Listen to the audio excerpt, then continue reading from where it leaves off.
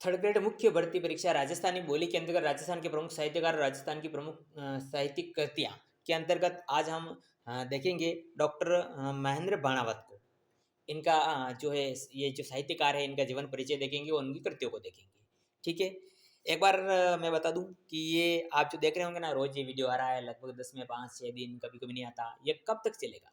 मैं आपको बता दूं कि लगभग कक्षा 11 की जो पुस्तक है आपके माध्यमिक शिक्षा बोर्ड के राजस्थानी साहित्य और सुजस में कक्षा 11 की जो पुस्तक है और कक्षा जो 12 की पुस्तक है, इन दोनों पुस्तकों का हम मैटर देखेंगे तो कक्षा 11 में जो आपके साहित्यकार हैं या यूं कहें कि पाठ जो अध्याय दिए हुए हैं वो लगभग 30-32 दिए हुए हैं और कक्षा 12 में भी लगभग 27 से 28 से 30 तक जो है पाठ दिए हुए हैं।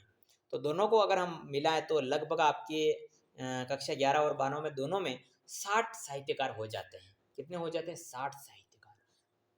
रिस्क नहीं लेना चाहते हैं? राजस्थानी भाषा में आपके कितने क्वेश्चन आते हैं आप जानते हैं? लेवल फर्स्ट और लेवल सेकंड में लगभग, सेकंड की बात करें लेवल फर्स्ट की तो लगभग 7 से 8 क्वेश्चन आपके राजस्थानी भाषा में से कहीं नहीं गए और लेवल 2 में लगभग 5 क्वेश्चन। अगर आप रिस्क नहीं लेना चाहते हैं तो 60 तो ये हैं अलग से। ठीक है, और आपकी एक और किताब चलती है राजस्थानी साहित्य और इतिहास, गोवर्धन सिंह शेखावत की चलती थी पुरानी किताब, वहाँ से ज़बरदस्त क्वेश्चन पूछे गए। तो लगभग आपको 100 साहित्यकार और उनकी एक की अगर 10 कृतियाँ हम देखें तो भी लगभग 10 तो हम बाद में तो 1000 कृतियाँ, यानी आपको 100 तो साहित्यकार और 1000 कृतियों के नाम याद करने ही पड़ेंगे अगर आप रिस्क नहीं लेना चाहते हैं। 5 से 6 से 7 क्वेश्चन आप गलत नहीं होना देना चाहते, वरना ये मैटर बहुत ज़्यादा है लेकिन सीमित मैटर है। सीमित का मतलब हमें पता है कि यहीं से क्वेश्चन आएगा, आप भी जानते हैं। नया अगर आपको विश्वास नहीं है तो आप देख सकते हैं पिछले जो PYQ है थर्ड ग्रेड के जितने भी क्वेश्चन बने हैं 70 से 75 सभी में सिंधी पंजाबी लेवल 2 के जितने भी हैं उन सबको। ठीक है, तो इस वीडियो में हम जो साहित्यकार हैं वो है डॉक्टर महेंद्र बाणावत, इनको देखने वाले हैं। ठीक है, इनका परिचय देखेंगे, उनकी कृतियों को देखेंगे। आइए शुरू करते हैं। ये वीडियो उन्हीं के लिए गई जो धैर्यशील, ठीक है, क्योंकि बहुत सारे अभी तक साहित्यकार आने वाले हैं। ठीक है, देखिए सबसे पहले ये तो है निबंधकार है आपकी। क्या है? ये कहानीकार नहीं है, निबंध लिखने वाले तो निबंधकार है। प्रश्न ऐसे भी बन सकता है कि में से कौन निबंधकार है और कौन जो है कहानीकार है। ऐसा भी प्रश्न पिछली बार पूछा गया था, हम सब याद करें और ऐसा नहीं याद करता हूँ। ये निबंधकार है।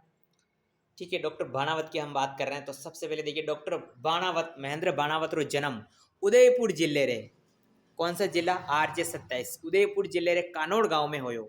जानते होंगे आप कानोड़। ठीक है, उदयपुर जिले में पड़ता है कानोड़। ठीक है, तो कानोड़ गांव में इनका जन्म हुआ था। जद आप टाबर हा आपरा पिता श्री प्रताप मल जी सूर्यवकाश हो गयो, आपरी माता श्रीमती डेलूबाई गणी हिम्मत राखी और आपरो लालन पालन कर आपने पढ़ाया लिखाया। हम साहित्य परिचय पढ़ रहे हैं। आपरी शुरुआती शिक्षा जवाहर विद्यापीठ कानोड़ और जैन गुरुकुल छोटी साली में हुई।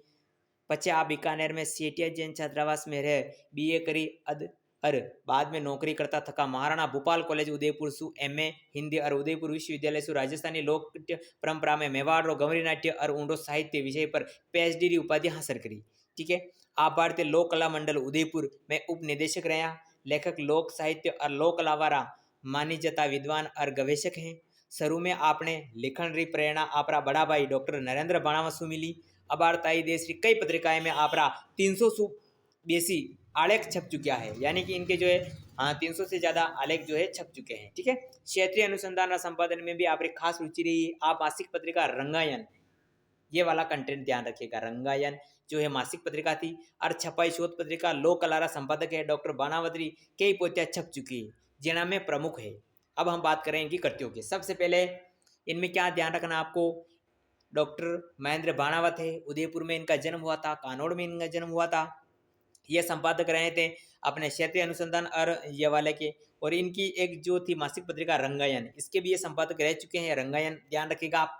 अब बात करें हम इनकी जो है कृतियों की, तो इनमें कृतियों में सबसे पहले जो आपको याद रखनी है वो है आपकी राजस्थान री लोक कलावा। राजस्थान री लोक कलावा, ये इनकी एक इनका एक निबंध है। ठीक है, देखिए इनकी कौन कौन सी कृतियाँ हैं? लोक नाट्य परंपरा और प्रवृत्तियाँ, लोक रंग, लोक नाट्य गौरी, देवनारायण भारत, लोक देवता तेजाजी, मेवाड़ के रासदारी, ताका अम्बावरो भारत, राजस्थान के दुर्गा कलंगी, रामदला रिफड़, काला गोरारो भारत, राजस्थान के रावण, राजस्थान की भवे लोकला, मूल्य और मेहंदी रंगराची, राजस्थान के रमतें, बज्रराज काव्य माधुरी, राजस्थान स्वर लहरी। ये 5 आपको खास करके याद रखने। एक तो है मेहंदी रंगराची, ठीक है, काला गोरारो भगत, एक राजस्थान की रमतें और राजस्थान की लोक कलावा। ये आपको विशेष करके ध्यान रखना है महेंद्र बनावत के बारे में, ठीक है। अगले वीडियो में हम साहित्यकार की बात करेंगे। वीडियो पॉज करके आप इनकी कृतियों को अच्छी तरह से याद कर लें, ठीक है।